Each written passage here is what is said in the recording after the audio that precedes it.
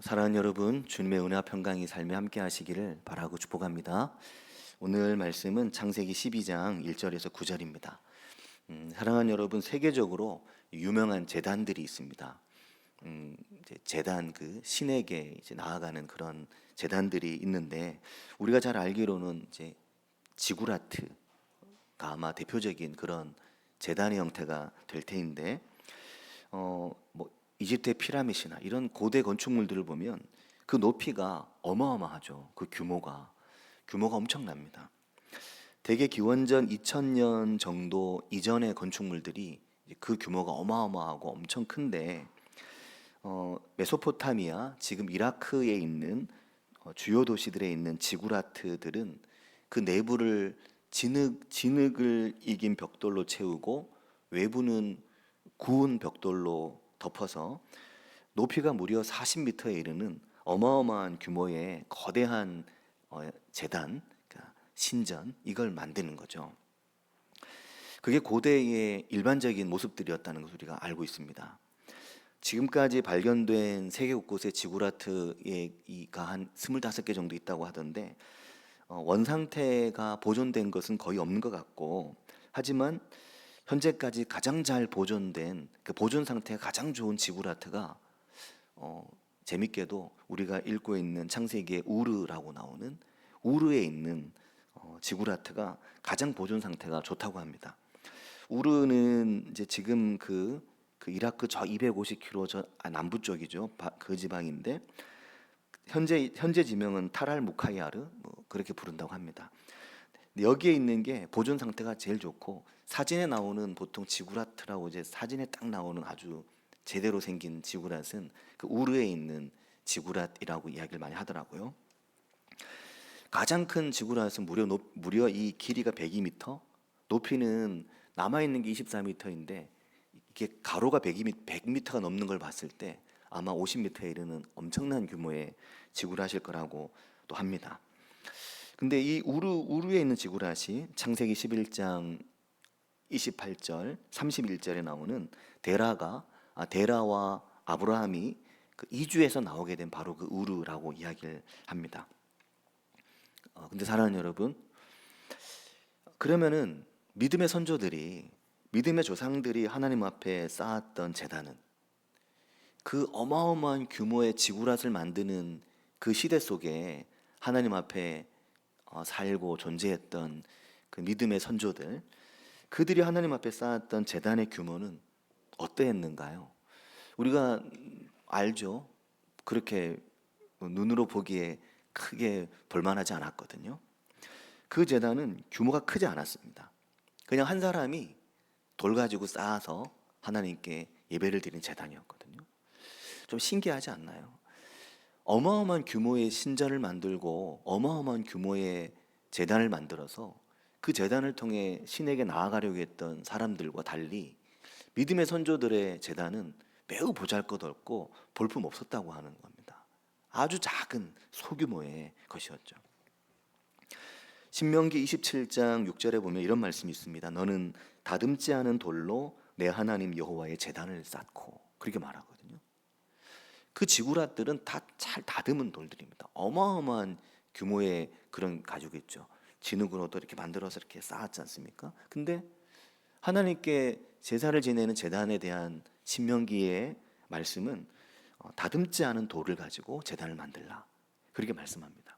후대에 솔로몬을 통해 성전이 지어질 때는 상황이 달라지지만 초기에 믿음의 선조들의 제단들은 그랬습니다.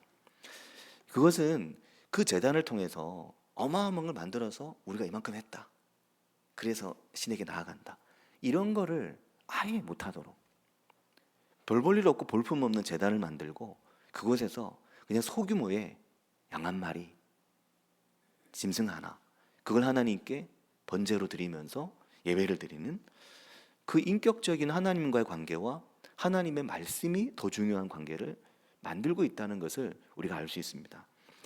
사랑하는 여러분, 사람이 어마어마한 걸 만들어서 하나님께 신에게 가는 것이 아니기 때문에, 지구랏이나 이런 어마어마한 신전과 다르기 때문에 성경에서 하나님께 제단을 쌓는 일을 통해 남는 것은 그가 어떤 사람이며 어떻게 지금 이 신전 앞에 나와 있는가, 그 매우 인격적인 하나님과의 교감과 관계성만 남는 거죠. 하지만 어마어마한 규모의 신전을 만들면 그걸 통해서 신에게 나아간다고 생각을 하지 않겠습니까? 사랑하는 여러분, 우리가 성경을 읽다가 한 번씩 눈을 이렇게 들어봐야 됩니다. 한 번씩 눈을 들고 허리도 펴고 성경을 전체적으로 성경을 보는 눈이 우리에게 필요합니다. 그래서 성경을 깊이 보는 것도 필요하고 넓게 보는 것도 필요합니다.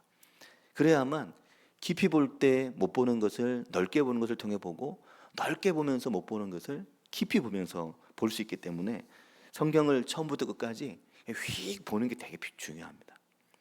왜냐하면 그래야만 어느 한 곳에 함몰될 수 있는 생각에서 성경이 전체적으로 뭘 말씀하시는지를 이해하고 우리가 발견할 수 있기 때문입니다.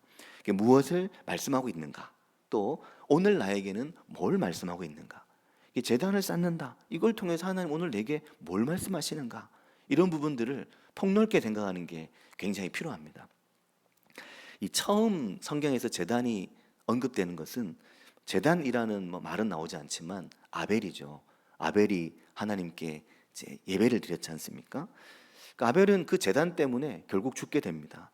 그가 잘못한 건 없는데, 그가 잘못한 것이라면 하나님께 너무 예배를 잘 드린 거죠. 그래서 그것 때문에 하나님이 형 가인의 예배는 거부하고 동생 아벨의 예배를 받으시니까 이게 아벨의 죽음의 이유였습니다. 형의 분노 때문이었죠. 그 다음 제단에 대한 이야기가 제단을 쌓고라고 나오는 곳이 노아이거든요. 그럼 우리가 이런 생각을 해볼 수 있습니다. 노아 이전에 제단을 안 쌓았는가?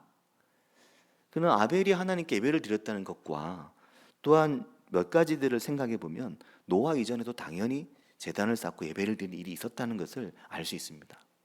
하지만 그렇게 추론할 수 있는 것과 성경이 실제로 언급하고 있는 그 내용 사이에 있는 간격이 있고, 성경이 언급을 하는 것은 그것 그대로 매우 중요한 의미를 우리에게 이제 갖고 있기 때문에 성경에 언급된 내용을 중심으로 보는 게 또 매우 중요합니다. 창세기를 읽을 때 여러 각도의 눈이 이제 필요한 거죠. 제가 이 안경이 이제 잘 안 맞아가지고 안경 도수가 한 2도 정도 차이가 나더라고요. 2단계 정도. 그래서 이번에 그 안경점에 가서 안경을 다초점을 2단계를 올렸거든요. 그러니까 눈이 좀 더 나빠진 거죠. 그러면서 그 안경점 사장님이 그 전에 있던 그 집사님이신데, 그분이 갑자기 저한테 뭐라 그러시냐면, 목사님 이제 돋보기 필요할 때가 됐는데요. 그러시는 겁니다. 돋보기란 말을 듣는 순간, 돋보기요? 이거 다초점도 일종의 돋보기라고 얘기하시면서 돋보기 필요할 때 됐다. 그러면서 이제 데스크 렌즈라고, 이제는 돋보기를 좀 약간 고상하게 데스크 렌즈라고, 딱 책상 안에 성경책, 주석, 노트북 하면 요 정도만 볼 수 있는, 그 너머는 안 보인다, 이게 요한만 딱 볼 수 있는, 다초점이 다양한 단계가 아닌 좀 더 좁은 단계로 되어 있는 이런 게 있으면 훨씬 눈의 피로도가 덜하다. 그러면서 그걸 권유하시는 겁니다. 지금 50% 할인 기간이니까 이걸 하시라고. 그래가지고 이제 그걸 했죠. 근데 아직까지 도착은 안 했지만, 성경을 볼 때도 하다못해 현미경도 우리가 무언가를 작업을 할 때도 다양한 도구가 필요하듯이 성경을 볼 때도 다양한 도구들이 필요합니다. 노아가 하나님 앞에 제단을 쌓은 것이 처음인 것 같지만 그 앞에도 있었을 거거든요. 다양한 눈이 필요하다는 말씀입니다. 왜냐하면 에녹은 하나님 앞에 신실하게 동행하면서 하나님 데려가셨잖아요. 그거 얼마나 하나님 앞에 제단을 잘 쌓았겠습니까? 또 하나 구체적인 증거는 암수를 구별해서 방주에 태울 때 성경에 보면 정한 짐승을 더 많이 태웠습니다. 근데 이 부분은 창세기에 6장과 7장에 3번 언급되는데, 이 3번 언급될 때 2번은 암수 다 이렇게 둘씩이죠. 그렇게 언급되어 있는데 암수 한 상씩이죠. 근데 7장 2절에 보면 그 부분만 정결한 짐승은 암수 7을 태우라고 말하거든요. 그러니까 방주에 태울 때 정결한 짐승과 새는 더 많이 태웠다 하는 것을 알 수 있습니다. 왜 그렇게 했는가를 생각해 보면, 이제 7장 8절에 보면 다시 또 암수 둘씩이라고 말하지만 왜 그렇게 했을까? 이것을 생각해 보면 그 정결한 짐승을 더 많이 태워서 홍수 이후에 노아의 방주에서 밖으로 나왔을 때 하나님께 바로 드릴 예배에 그 번제에 이 정결한 짐승들이 쓰여졌겠구나 하는 것을 알 수 있습니다. 8장 20절에 가면 그 말씀이 있죠. 8장 20절에 뭐라고 말하냐면 노아가 하나님 앞에 홍수 이후에 제단을 쌓을 때 모든 정결한 짐승과 모든 새 중에서, 정결한 짐승과 새 중에서 7씩을 태웠는데 8장에는 모든 정결한 짐승과 모든 새 중에서 제물을 취하여 번제로 제단에 드렸다, 이렇게 말씀을 하거든요. 그러니까 그렇게 노아는 하나님 앞에 창세기에 기록된 것으로 봤을 때 어쨌든 첫 제단을 하나님 앞에 쌓은 사람입니다. 그렇게 하나님 앞에 제단을 쌓았죠. 그리고 창세기 9장 1절을 보면 하나님은 이런 노아와 그의 아들들에게 복을 주셨습니다. 제2의 창조처럼 생육하고 번성하고 땅에 충만해라, 내가 너희와 언약을 세운다, 그렇게 말씀하거든요. 그리고 그 다음 제단 이야기가 창세기 12장에 나오는데 어제 토요일 새벽 말씀 분량이었죠. 창세기는 이 노아의 홍수가 끝난 이후에 창세기 9장과 10장에서 하나님의 언약과 또 노아와 그의 아들들의 족보를 다루고 난 다음에 11장에서 인간이 바벨탑을 통한 욕망을 갖고 있음을 말씀합니다. 노아의 아들 중에 셈의 족보를 언급하면서 그 족보의 끝에 이 바벨탑 이야기 이후에 그 족보의 끝을 이야기하면서 그 족보의 끝은 아브라함의 이야기로 끝나게 됩니다.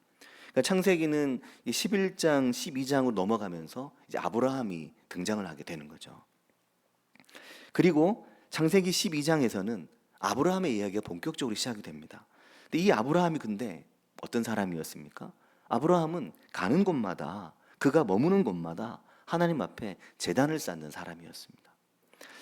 사랑하는 여러분, 이 제단이 어떤 것인가요? 제단이 하나님께 예배를 드린다는 그 말이잖아요. 제단은 하나님 앞에 예배를 드리는 사람을 말씀하고 있는 겁니다.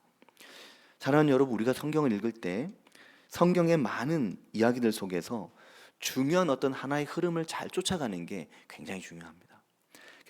너무 많은 이야기들이 있으니까 가다 보면 삼천포로 빠지고 여기저기 빠지거든요. 그러다가 초점을 때로는 잃어버리기도 합니다. 때로는 방향을 잃어버려서 이리 갔다 저리 갔다 하기도 하거든요. 근데 성경을 다양하게 읽으면서도 그 속에서 어떤 중요한 어떤 흐름을 잘 쫓아가는 게 매우 중요합니다. 이번 창세기의 경우에는 톨레도트, 하나님의 그 족보와 연대가, 이 족보가 이런 의미가 있구나 하는 것과 함께 제단을 쌓는 사람들, 하나님 앞에 예배를 드리는 사람들, 하나님 앞에 이 예배자, 이 부분을 우리가 잘 볼 수 있게 되기를 바라고 축복합니다. 성경이 오늘 우리에게 말씀하시는 거죠. 오늘 나에게, 오늘 우리에게 너의 예배는 어떠냐? 너는 하나님 앞에 어떻게 제단을 쌓고 있느냐? 너는 하나님 앞에 어떻게 나아가고 있느냐? 네가 하나님 앞에 쌓는 너의 제단, 네가 하나님 앞에 드리는 너의 예배는 어떠냐? 이렇게 우리에게 계속해서 물으시는 겁니다. 사람은 바뀌고 사건은 바뀌지만 계속해서 누가 나의 앞에 제단을 쌓으며 누가 나의 임재 앞에 있으며 누가 오늘 나의 앞에 참된 예배자로 있느냐를 계속 이야기하시는 거죠. 이 이야기는 계속 갑니다. 성경 끝날 때까지. 사마리아 우물가에서 예수님 만났던 그 여인에게 참된 예배가 무엇인지를 이야기하시잖아요. 성전에서 예수님이 장사치들의 상을 다 뒤집어 엎어버린 건 참된 예배를 강도의 예배로 바꿨기 때문입니다. 요한계시록 끝날 때도 계속 예배가 끝까지 계속 갑니다. 이것은 우리에게 너의 예배가 어떤가? 하나님의 말씀을 읽고 듣고 묵상하면서 자신의 예배를 바꾸고 변화시켜가는 사람도 있지만 아무리 하나님의 말씀 읽고 보고 느껴도 그 속에서 다른 생각과 다른 건 수도 없이 하면서도 나의 예배에 대해 질문 한 번을 못 해보는 수도 있거든요. 내가 하나님 앞에 어떻게 제단을 쌓고 있는가? 이것은 내가 하나님을 어떻게 만나고 있는가? 하나님 오늘 나에게 어떻게 다가오시나, 이 이야기거든요. 예배가 시작되면서 예배가 끝날 때까지 단 1초도 정말 예배에 집중을 못할 수도 있습니다. 하지만 예배가 시작되기도 전부터, 예배가 시작되고 나서부터 예배가 끝날 때까지 그 예배의 그 시간에서 단 1초도 내 몸과 내 생각이 벗어나지 못하는 경우도 있거든. 과연 하나님이 어떤 이들을 통해 어떤 제단 쌓기를 말씀하시고 어떤 이들에게 어떤 복을 하나님 주시겠습니까? 노아와 아브라함은 그걸 우리에게 보여줍니다. 아브라함 같이, 노아와 같이 하나님 앞에 제단을 쌓는 이들을 말씀하시는 거죠. 모든 제단을 다 언급하는 게 아니라 그 수없이 많은 제단들 중에서도 노아의 제단, 아브라함의 제단, 그 제단을 하나님이 성경에 말씀을 하시는 겁니다. 우리가 설교를 시작하면서 말씀드렸지만 지구라토와 같이 어마어마한 것을 만들어서 하나님 앞에 예배를 드린다고 하나님이 그것을 기뻐하시는 것이 아니거든요. 그러니까 다듬지 않은 돌 가지고 제단을 만들려고 하시는 거 아닙니까? 다듬어지지 않은 돌로 얼마나 높은 제단을 만들 수 있을까요? 한계가 있을 거거든요. 인간은 내가 할 수 있는 어떤 노력을 통해 그 한계를 넘어 하나님에게 가려고 하지만 하나님은 그게 필요하지 않으신 것입니다. 창세기 11장에서 보았지만 신할 평지 바벨에 쌓아 올린 큰 그 탑, 바벨 탑. 근데 그 말씀 잘 보면 거기 탑만 쌓은 게 아닙니다. 뭘 또 만들었어요. 엄청 궁금하죠. 별건 아닙니다. 뭘 만들었냐면 창세기 11장 4절에 뭐라고 말하냐면 또 말하되 자, 뭐를 건설하자고 합니까? 탑만 건설한 게 아니었습니다. 자, 성읍과 탑을 건설하자는 거였습니다. 그러니까 우리가 살아갈 이 도시도 대단하게 만들고 우리가 여기에 탑도 대단하게 만들어서 신의 영역에 스스로의 힘으로 가려고 하는 거죠. 근데 하나님은 그게 필요한 게 아니었습니다. 우리 이름 내자. 새벽에도 말씀드렸지만 너희가 스스로 내는 이름 필요 없는 겁니다. 내가 너의 이름을 내줄게. 그게 하나님 말씀이었거든요. 다윗이 그랬잖아요. 하나님, 제가 하나님의 집을 짓겠습니다. 그때 하나님이 다윗에게 뭐라고 하셨나요? 아니, 네가 내 집 지어줄 필요 없어. 내가 너의 집을 세워줄게. 그게 하나님 말씀이었거든요. 우리가 스스로 도시를 만들고 우리가 스스로 탑을 세우자. 하나님은 아니, 그 도시도 못 만들도록 그 탑도 못 만들도록 그들을 다 흩어버렸습니다. 근데 하나님이 선택한 사람은 어마어마한 성을 만들고 도시를 만들고 어마어마한 탑을 짓는 사람들이 아니라 정말 작게 나의 제단을 쌓고 하나님 앞에 전심으로 예배하는 그 노아와 그 노아의 그 8명 가족들, 그 노아 그리고 아브라함, 이게 전부였던 겁니다. 근데 사랑하는 여러분, 우리가 노아 그 보면서 그 부분은 새벽 설교 중에 다루지 않았지만 노아가 뭐 어마어마하게 완전한 사람도 아니었습니다. 우리가 보았지만 포도주 많이 마셨죠. 과음해서 벌거벗고 실수해가지고 그래서 또 아들 저주하고 이런 일이 있었거든요. 아브라함도 비슷합니다. 오늘 묵상할 12장 분량의 오늘 묵상할 아브라함의 말씀을 보면 매일 성경 말씀의 그 부분을 보면 아브라함이 보면 기근을 피해서 이집트로 내려가잖아요. 우리가 다 알죠. 그때 아브라함이 아내에게 뭐라고 말합니까? 아내가 너무 예뻐가지고 걱정이 됐죠. 아브라함이 뭘 걱정한 줄 아십니까? 아내가 예뻐가지고 아내를 빼앗길까 봐 걱정한 게 아닙니다. 아내가 예뻐가지고 내가 죽을까 봐 걱정한 거거든요. 거기 그 잘 보면 12장에 그렇게 말합니다. 12장 11절 이하에 보면 아브라함이 하는 말이 그거거든요. 여보, 내가 알기에 당신 너무 예쁘다. 아니 너무 예뻐가지고 당신이 내 아내인 걸 이곳 사람들이 안다면 나 죽일 거야. 그러니까 미안하지만 당신 내 누이라고 좀 하자. 여기 있는 동안. 그 얘기한 거거든요. 근데 그럼에도 불구하고 창세기는 말씀하시는 거죠. 하나님 앞에 전심으로 제단을 쌓으려고 했던 그 아브라함, 하나님 그를 매우 매우 사랑하신 겁니다. 그가 오직 믿음으로 하나님 바라보는 걸 매우 사랑하신 겁니다. 하나님 앞에 신실하게 하나님의 말씀의 길을 따라가려고, 그 말씀의 길을 따라 살려고 한 걸음 한 걸음 가고 있는 그의 삶에 오점이나 문제나 잘못이나 이런 게 있어도 하나님 그를 너무 사랑하시는 겁니다. 이번 주간에 한 형제가 저희 그런 문자를 보냈습니다. 목사님, 제가 최근 한 1년 사이에 너무 많은 죄를 지었다는 겁니다. 제가 너무 많은 죄를 지어서 하나님의 역사에 내가 오점으로 느껴지고, 하나님의 역사에 내가 정말 죄같이 느껴지고, 하나님 역사를 더럽힌다는 생각이 너무 많이 들어서 너무 힘들다는 이야기를 하는 겁니다. 성도님들께서는 그 청년에게 뭐라고 하시겠습니까? 너 5점이니까 너 충분히 회개해라, 너 완전히 회개해라, 너 정말 그러다가 너 정말 죽는다, 이렇게 이야기하시겠습니까? 아니죠. 그 5점과 죄에도 불구하고 하나님 앞에 나아가서 회개하고 하나님 붙들고 믿음으로 살아가면 하나님이 너를 용서하시고 사랑하실 거야. 너의 그 5점과 너의 그 죄를 통해서 하나님께서 너의 인생 가운데 역사하실 거야. 희망과 소망을 놓으면 안 돼. 그렇게 말하시겠죠. 아브라함에게도 마찬가지였습니다. 그 아브라함을 통해 하나님께서 하나님의 족보, 하나님의 연대, 톨레도트라고 말한 그 하나님의 언약의 역사를 이어가셨습니다. 그러니까 사랑하는 여러분, 저는 점점 더 그런 생각을 자꾸 많이 하게 되거든요. 어떤 생각을 자꾸 많이 하게 되냐면, 누가 예배를 하는가? 누가 말씀 앞에 서 있는가? 누가 참으로 전심으로 하나님 앞에 찬양을 하고 있는가? 누가 하나님의 임재 앞에 나아가려고 애쓰는가? 누가 깊이 기도하려고 애쓰는가? 누가 하나님을 전심으로 믿음으로 바라보려고 애쓰는가? 과연 그가 누구인가? 이 생각을 정말 많이 하게 됩니다.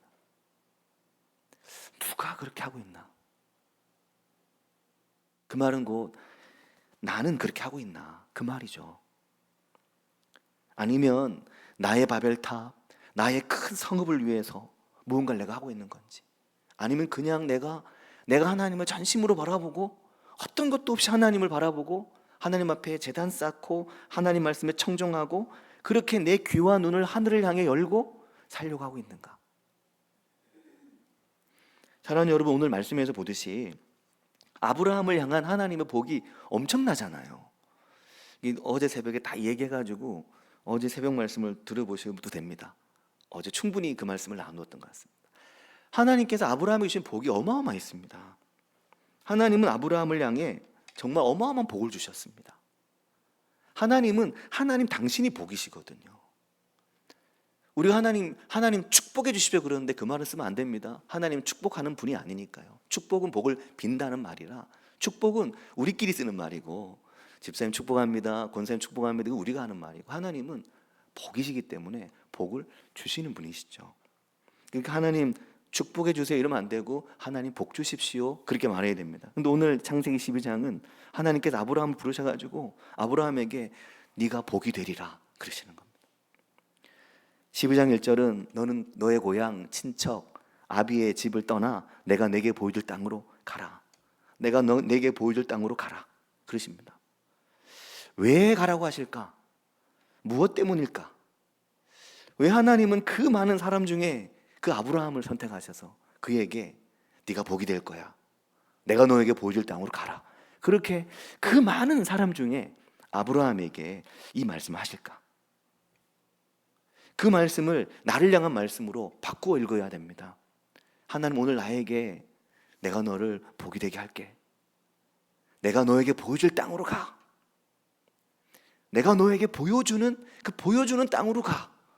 내가 너를 복이 되게 할게. 2절에는 뭐라고 합니까? 내가 너로 큰 민족을 이루고 너에게 복을 주어 너의 이름을 창대하게 할게. 스스로 이름 내려던 자들은 다 망했지만 내가 너에게 보여줄 땅으로 가면 내가 너를 복이 되게 할게. 그리고 아브라함이 그 하나님의 말씀을 따라가잖아요. 그 말씀을 쫓아갑니다. 그리고 그 말씀을 쫓아가는 아브라함이 가는 곳마다 제단을 쌓고 제단을 쌓습니다. 근데 사랑하는 여러분, 제가 이번 주간에 그런 생각을 했습니다. 아브라함 어디서 이런 믿음의 모범을 배웠을까? 도대체 아브라함은 누굴 보고 이런 믿음을 배웠을까? 아버지 데라는 저기 우르 사람이잖아요. 그 어마어마한 지구랏 있는 그 우르에서 데라가 나왔지만 하란까지 오고 멈췄습니다. 그럼 아브라함이 데라를 보고 배웠을까? 데라를 통해서 배웠을 거라고 봅니다. 어느 정도 배웠을 거라고 생각합니다. 근데 요 사이에 뭔가 있을 것 같은 거죠. 그래가지고 궁금증이 막 이제 또 발동해서 어떻게 오늘 갑자기 아브라함이 이렇게 하나님 역사에 등단을 하는 건가? 이 배경에 뭐가 있지 않을까? 이런 궁금증? 그래가지고 요 부분만 왔다 갔다 이렇게 성경을 이제 보면서 보는데 말씀을 보다가 처음에는 이 11장 10절에 나오는 11장 10절에 어떤 말씀이 있냐면 셈이 100세가 됐습니다.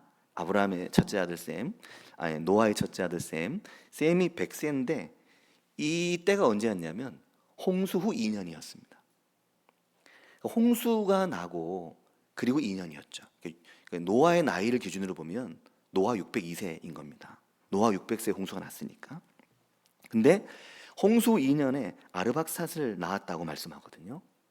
자, 홍수 2년 창세기가 특별히 그 연대를 말하고 있습니다. 이건 의미가 있거든요. 홍수 2년이라고 콕 집어 얘기하네. 왜 그러지? 그런 궁금증이 생기는 거죠. 새벽에 잠깐 말씀드렸지만 그래서 이제 홍수 2년에 아르박삭을 낳고 그 연대 그 자녀들 쭉 보니까 다들 30대 아기를 낳았더라고요. 30대 아마 이제 처음 애를 낳기 시작한 것 같아요. 그리고 뭐 몇백 년씩 애를 낳았습니다. 그러니까 많이 낳았죠. 그러니까 이 집성촌을 이루고 이게 그 부락을 이루며 살았겠죠.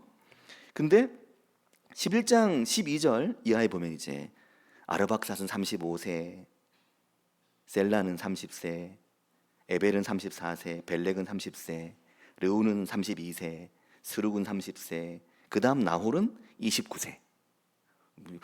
다들 30대인데 29애 애 낳았으니까 엄청 빨리 애 낳은 거죠. 저도 31에 큰애를 낳았으니까 이게 지금 이 고대에 저보다 빨리 애를 낳은 거 아닙니까? 엄청 이제 일찍 애를 낳았습니다. 근데 그렇게 낳은 나홀의 아이가 데라이거든요. 근데 그 데라가 119년 동안 이제 출산을 계속 하는데 처음 아이를 낳은 나이가 70입니다. 이게 되게 신기하게 보였어요. 왜 그렇지? 다들 30대인데 성경 기록할 때 다들 30대, 29도 있고 막 그런데 데라는 어쩌다가 70에 아브라함 낳았을까? 아브라함과 나홀과 하란을 70에 낳았거든요. 근데 데라가 뭐 70대기 이전에 누굴 더 낳았을 수도 있습니다. 아브라함 위에 누가 있었을 수도 있고요. 다 쓰여지지 않았으니까요. 근데 셈의 족보에 등장하는 사람들이 모두 몇백 년씩 살면서 자녀들을 낳았기 때문에 많은 아이를 출산했습니다. 근데 창세기에 언급된 그 나이만으로 볼 때는 눈에 띄게 확 차이가 나는 거죠. 왜 데라만 70이야? 그런 거죠. 데라가 많이 늦게 아이를 낳았구나. 그럼 이게 그리고 아브라함은 사레가 잉태를 못하기 때문에 아이가 없었거든요. 아브라함은 아버지가 70이나 돼서 날 낳았으니 아브라함도 늦게 애 낳는 기다리는 건 정말 아버지한테 좀 배웠겠다. 그 생각을 일단 하나 했고요. 근데 처음엔 그게 궁금해서 이제 봤는데 근데 셈의 족보에 나온 이 나이를 쭉 계산을 이제 해봤죠. 그래서 이런 걸 잘 안 하는데 한번 나이를 쭉 계산을 해봤습니다. 근데 9장 28절에 보면 어떤 말이 있냐면 노아가 홍수 후에 몇 년을 살았냐면 350년을 살았습니다. 홍수에 350년을 살고 노아가 950세에 노아가 죽게 되거든요. 노아 600살에 홍수가 시작됐고요. 350년을 더 산 거죠. 그리고 셈이 노아의 장자인데 셈이 아르박삭을 낳은 게 11장 10절을 보면 홍수 2년이었잖아요. 그러니까 셈은 홍수가 끝나자마자 아르박삿을 낳은 겁니다. 그 뒤로 나오는 아이들의 나이를 쭉쭉 계산을 이제 해봤죠. 이렇게 한번 아르박삿 35세 셀라를 낳았고 그때가 그러니까 홍수 37년이죠. 그렇게 나이 계산을 쭉 해보니까 데라가 아브라함을 낳은 때가 홍수 후에 292년이었습니다. 그럼 우리가 대충 계산해봐도 그러면 노아가 살아있겠네 이 생각할 수 있잖아요. 그 나이의 계산만으로 보면 노아는 홍수 후에 350년을 살았기 때문에 홍수 후에 292년에 태어난 아브라함은 그가 태어났을 때 그 믿음의 위대한 선조인 노아가 생존해 있을 때가 요 계산상으로 되는 거죠.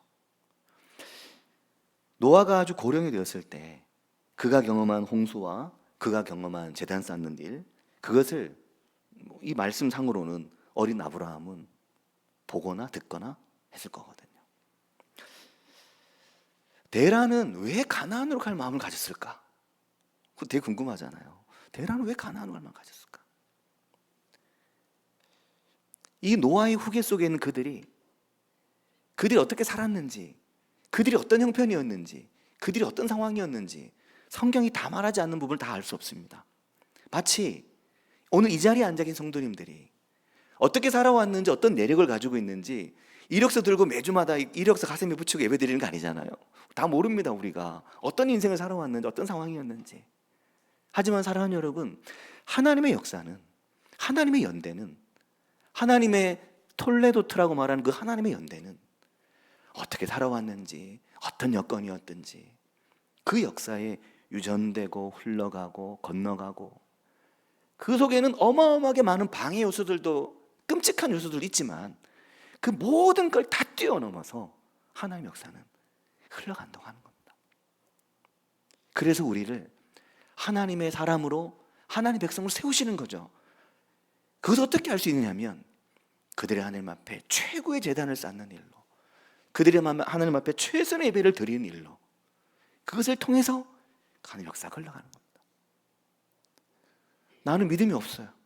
나는 믿음이 하나도 없습니다. 나는 믿음이 하나도 없는데 왜 내가 여전히 예수를 잘 믿는 사람들을 보면 뭔가 잘해주고 싶어, 좀 뭔가 좋은 교회를 보면 도와주고 싶어. 왜 그 마음이 있을까요? 전에도 말씀드렸지만 우리 교회 폐기물 모아서 한 번씩 버릴 때마다 와서 그거 폐기물 치워주는 이양수 씨, 본인은 믿음이 없습니다. 본인은 스스로 믿음을 갖고 있지 않아요. 근데 그분은 교회 일이라면, 예수 믿는 사람들의 요청이라면 도와주려고 합니다. 왜 그러냐면 그의 어머니가 신실한 권사님이셨거든요. 어머니가 너무너무 기도하시고 그 아들이 믿음 좀 가지라고 그렇게 기도하셨기 때문에 내가 지금 믿음이 없긴 하지만 교회를 보면 도와주고 싶고 그런 거. 그래서 교회 폐기물 나오면 본인이 와가지고 바쁜 중에도 와가지고 폐기물 대충 가늠해가지고 차를 보내고 치우고 그럽니다. 올 때 꼭 바카스 사오고 우리가 주는 거 어떤 것도 받으려고 하지 않습니다. 괜찮다고 기도만 해주십시오. 그럼 도대체 이양수 씨는 언제 교회 다닐 거예요? 물어보면 하나님이 저를 부르시고 있다는 생각은 늘 합니다. 어머니 저를 위해 평생 기도하셨기 때문에 언젠가 가게 되겠죠. 그러거든요. 그 믿음의 역사가 그렇게 흘러가고 넘어가는 겁니다. 이번 주간 제게 되게 은혜가 되는 성경 구절 하나 있었는데 잠언 14장 26절에 이런 말씀이 있습니다. 여호와를 경외하는 자에게는 견고한 의뢰가 있나니, 그러면서 여호와를 경외하는 자에게는 견고한 의뢰가 있나니, 그러니까 여호와를 경외하는 자에게는 견고한 의뢰가 하나님이잖아요. 여호와를 경외하는 자에게는 견고한 의뢰가 있나니, 그러면서 그 뒤에 뭐라고 하냐면 그 자녀들에게 피난처가 있으리라, 그렇게 말합니다. 여호와를 경외하는 자에게, 여호와를 진심으로 사랑하는 자에게, 여호와 앞에 진심으로 제단을 쌓는 자에게, 그에게는 견고한 도우심이, 의뢰가 있다. 그래서 그 자녀가 피난처가 있다는 거예요. 이 말씀이 너무너무 은혜가 되는 겁니다.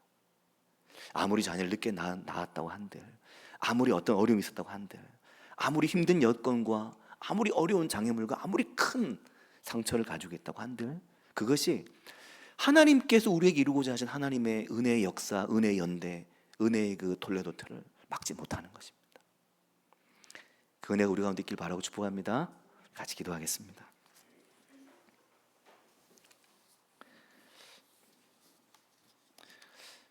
노아가 방주에서 나오자마자 가장 먼저 한 일이 제단 쌓는 일이었습니다.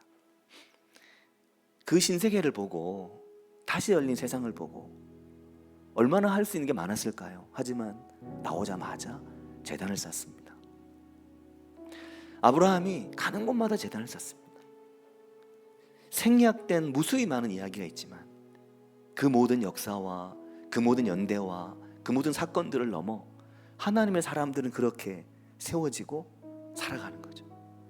우리의 역사에, 우리의 연대에도 마찬가지입니다. 아무리 어려운 삶의 여건과 환경이 있어도 그 속에서도 하나님은 내가 사랑하는 자, 내가 사랑하는 너, 내가 너를 사랑하고 내가 너를 아끼기 때문에 내가 너와 함께해. 내가 너를 지키고 인도해. 네가 나를 경외하기 때문에 너의 자녀들에게 피난처가 있을 거야. 말씀하신 겁니다. 그 은혜가 우리가 인생 가운데 있기를 같이 한 목소리로 기도하겠습니다. 하나님 아버지, 주님 오늘 우리 인생 가운데 하나님의 역사, 하나님의 톨레도트를 이어가시는 하나님의 전능하신 그 놀라우신 하나님 아버지, 그 하나님의 역사와 그 하나님의 연대 속에 살아가는 저희들이 되기를 주님 간절히 원합니다.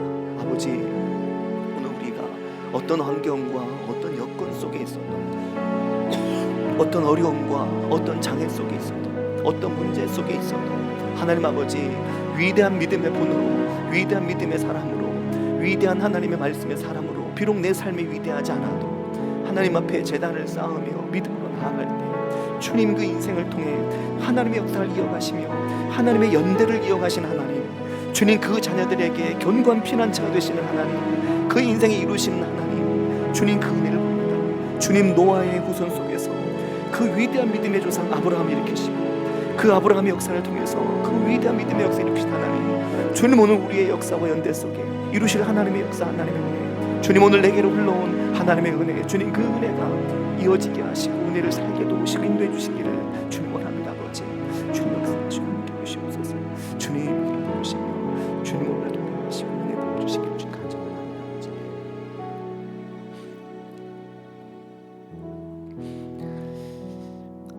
하나님 아버지, 은혜와 사랑을 감사드립니다. 생략된 이야기가 너무 많아서 그 이야기들 사이를 걷는 것이 쉽지 않지만 주님, 그러나 아벨과 노아와 또 에녹과 또 주님 아브라함과 데라와 그 믿음의 연대와 그 믿음의 역사 속에 수없이 많은 장애물들과 수없이 많은 난관과 수없이 많은 고난과 역경과 절망이 있었지만 그걸 다 뛰어넘고 그것을 다 넘어서 내가 너를